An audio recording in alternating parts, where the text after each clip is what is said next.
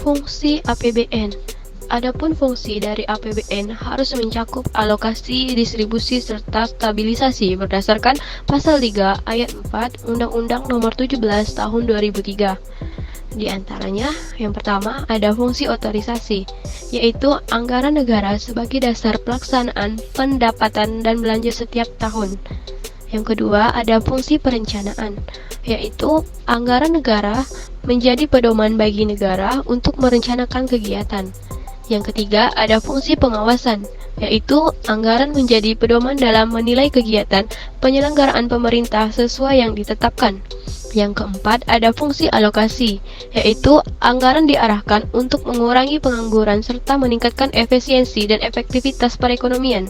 Yang kelima ada fungsi distribusi, yaitu anggaran negara wajib memperhatikan keadilan dan kepatutan. Yang terakhir ada fungsi stabilisasi, yaitu anggaran pemerintah menjadi alat untuk memelihara serta mengupayakan keseimbangan fundamental perekonomian negara. Nah, saya akan menjelaskan tentang struktur APBN. Secara umum, anggaran pemerintah dapat disusun dengan dua pilihan struktur ataupun klasifikasi, yaitu klasifikasi ekonomis dan klasifikasi fungsional. Klasifikasi ekonomis dibuat berdasarkan jenis-jenis belanja yang dikeluarkan pemerintah dalam rangka melayani publik, sedangkan klasifikasi fungsional menyediakan informasi berdasarkan tujuan dan fungsi yang dijalankan oleh pemerintah. Klasifikasi ekonomi untuk belanja meliputi 1. Kompensasi untuk pegawai. Kompensasi untuk pegawai adalah total gaji keseluruhan, baik dalam bentuk tunai maupun tidak, yang harus dibayarkan pemerintah pada pegawainya sebagai timbal balik atas pekerjaan yang telah dilakukan selama periode akuntansi.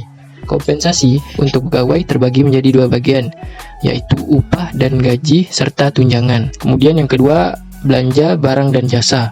Nah, yang dimaksud dengan belanja barang dan jasa dalam kategori ini terdiri atas barang dan jasa yang digunakan untuk menghasilkan barang dan jasa yang lain, barang yang dibeli untuk kemudian dijual kembali, atau barang dan jasa yang habis dikonsumsi. Berdasarkan tujuan penggunaannya, barang dan jasa yang dibeli pemerintah dan dipakai oleh pegawai pemerintah dapat dikelompokkan menjadi belanja barang dan jasa ataupun kompensasi untuk pegawai dalam bentuk selain tunai. Jika pegawai menggunakan barang dan jasa tersebut agar pekerjaannya dapat terlaksana, maka penggunaan barang dan jasa tersebut dikelompokkan sebagai belanja barang dan jasa. Sedangkan bila barang dan jasa tersebut digunakan pada waktu dan tujuan yang diinginkan oleh pegawai dan dapat secara langsung memenuhi kebutuhan pegawai tersebut, maka hal ini dikategorikan sebagai kompensasi untuk pegawai tersebut. Kemudian yang ketiga ada penggunaan aset tetap. Penggunaan aset tetap adalah penurunan nilai aset tetap yang dimiliki pemerintah karena keusangan maupun kerusakan yang normal sepanjang periode akuntansi. Lalu yang keempat ada bunga. Bunga adalah utang yang harus dibayarkan oleh pemerintah yang terjadi karena pemerintah itu sendiri berutang. Utang ini terjadi ketika pemerintah meminjam dana dari pihak lain, kemudian bunga menjadi biaya yang harus ditanggung pemerintah atas penggunaan dana dari pihak lain tersebut. Selanjutnya ada subsidi. Subsidi adalah pembayaran yang dilakukan pemerintah pada perusahaan berdasarkan level produksi, kuantitas, ataupun nilai dari barang dan jasa yang diproduksi, dijual, diekspor, maupun diimpor. Subsidi digunakan untuk mempengaruhi jumlah produksi, harga jual, ataupun pembayaran gaji di perusahaan terkait. Salah satu yang termasuk subsidi adalah transfer pemerintah pada perusahaan milik negara sebagai subsidi, sebagai kompensasi atas kerugian perusahaan tersebut yang diakibatkan penjualan produk pada harga di bawah total biaya produksi karena pertimbangan sosial dan ekonomi sosial. Lalu yang keenam ada hibah. Hibah sendiri adalah transfer dana ataupun modal yang tidak bersifat kewajiban dari pemerintah pada pihak lain. Kemudian yang ketujuh adalah tunjangan sosial yang dapat didefinisikan sebagai transfer dalam bentuk tunai atau bentuk lain untuk melindungi seluruh masyarakat terhadap resiko sosial tertentu. Resiko sosial adalah kejadian yang dapat mempengaruhi kesejahteraan rumah tangga negara tersebut. Yang terakhir adalah belanja lain-lain. Belanja lain-lain merupakan kategori yang diperuntukkan bagi transaksi yang tidak masuk dalam kategori yang telah saya sebutkan tadi. Klasifikasi belanja berdasarkan fungsi itu meliputi pelayanan umum, pertahanan, ketertiban umum, bidang ekonomi, lingkungan hidup, perumahan dan fasilitas masyarakat, kesehatan, pariwisata, budaya dan agama, pendidikan dan jaminan sosial. Sementara itu, pada APBN 2021 ada 3 klasifikasi belanja yang mendapatkan porsi paling besar dari total belanja pemerintah pusat yang berjumlah sebesar 1.954,5 triliun. Yang pertama ada fungsi pelayanan umum yang mendapatkan porsi yang paling besar di antara klasifikasi belanja lainnya, yaitu sebesar 526,2 triliun. Di peringkat kedua ada fungsi ekonomi yang mendapatkan porsi sebesar 511,3 triliun, dan yang terakhir di peringkat ketiga ada fungsi perlindungan sosial dan jaminan sosial yang mendapat porsi sebesar 260,1 triliun. Format APBN. Sebelum tahun 2000 menggunakan format T-account. Format ini dirasakan masih mempunyai kelemahan, antara lain tidak memberikan informasi yang jelas mengenai pengendalian defisit dan kurang transparan sehingga perlu disempurnakan. Mulai tahun anggaran 2000, format APBN diubah menjadi I-account. Berikut adalah bentuk format T-account dan I-account. Pada format T-account, pencantuman untuk penerimaan belanja di sebelah kiri dan belanja di sebelah kanan. T-account menggunakan prinsip anggaran berimbang dan dinamis. Seimbang berarti sisi penerimaan dan pengeluaran mempunyai nilai jumlah yang sama. Jika jumlah pengeluaran lebih besar daripada jumlah penerimaan, kemudian kekurangannya ditutupi dari pembiayaan yang berasal dari sumber-sumber dalam atau luar negeri. Pada format T-account, pinjaman luar negeri dianggap sebagai penerimaan pembangunan dan pembayaran cicilan utang luar negeri dianggap sebagai pengeluaran rutin. Pada format I-account, pencantuman pendapatan dan belanja berada pada satu kolom. Format I-account menerapkan anggaran defisit surplus. Defisit surplus adalah perbedaan antara jumlah penerimaan dan hibah dan jumlah pengeluaran. Perbedaan negatif jumlah pengeluaran lebih besar daripada jumlah penerimaan berarti defisit. Dalam format I-account, pinjaman luar negeri dan pembayaran cicilannya dikelompokkan sebagai pembiayaan anggaran. Keuntungan menggunakan format I-account: 1. Meningkatkan transparansi dalam penyusunan APBN. 2. Mempermudah analisis, pemantauan, dan pengendalian dalam pelaksanaan dan pengelolaan APBN.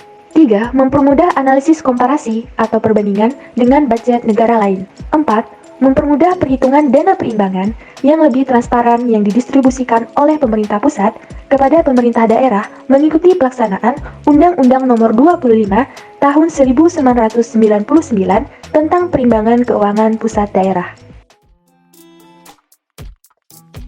Sesuai dengan Undang-Undang 1945, APBN harus diwujudkan dalam bentuk undang-undang. Dalam hal ini, Presiden berkewajiban menyusun dan mengajukan rancangan APBN atau RAPBN kepada DPR.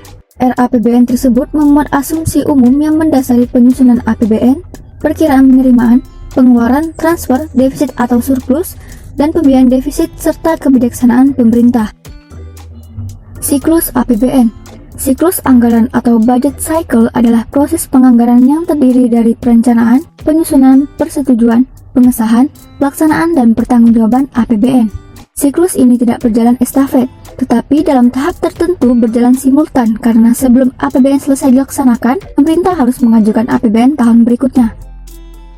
Secara garis besar, siklus APBN Indonesia adalah sebagai berikut. Yang pertama ialah penyusunan dan pengajuan RUU APBN, yang kedua, pembahasan dan persetujuan oleh DPR RI, yang ketiga, pelaksanaan APBN, yang keempat, pengawasan dan pemeriksaan, dan yang terakhir adalah pertanggungjawaban. Tahun anggaran. Anggaran suatu negara memiliki periode tertentu untuk dilaksanakan. Pada umumnya, tahun anggaran adalah 1 tahun. Setiap negara memiliki tahun anggaran berbeda-beda. Di Indonesia sebelum tahun 2000, tahun anggaran adalah April sampai dengan Maret tahun berikutnya. Akan tetapi, sejak tahun 2000, tahun anggaran Indonesia adalah Januari sampai dengan Desember tahun tertentu. Kecuali tahun 2000 sebagai tahun transisi atau April sampai dengan Desember 2000. Ruang lingkup APBN. APBN mencangkup seluruh penerimaan dan pengeluaran yang ditampung dalam satu rekening yang disebut Rekening Bendaharawan Umum Negara atau Rekening BUN di Bank Sentral, yaitu Bank Indonesia atau BI. Penerimaan berasalkan dari pajak maupun non-pajak, serta hibah. Pengeluaran atau belanja adalah belanja pemerintah pusat dan daerah.